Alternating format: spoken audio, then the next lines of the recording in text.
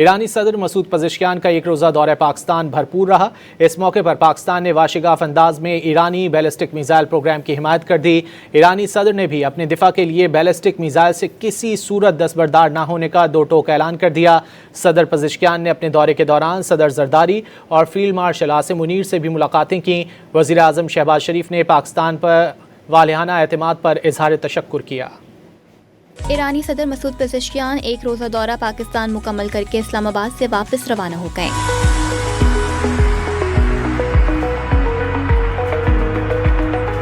مہمان صدر کی موجودگی میں وزیر اعظم شہباز شریف نے ایرانی بیلسٹک میزائل پروگرام کی حمایت کرتے ہوئے دنیا کے دوہرے معیار پر سوالات اٹھا دیے۔ Iran's success is our success and Iran's loss is our loss.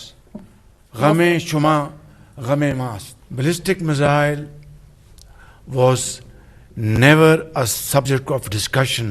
There are many other countries around the globe who have such missiles. ایرانی صدر مسعود پزشکیان نے دو ٹوک موقف دیا کہ امریکہ سے مذاکرات میں میزائل پروگرام پر کوئی بات نہیں ہوگی۔ I would like to confirm one fact that our missile program was not included in the MOU, as you said, and it shall not be included in the MOU. I would like to say that if it was not for Iran's missile capabilities, our country would have been plundered and destroyed and plowed by the US regime and the Zionist regime, like what the Israelis did in Gaza.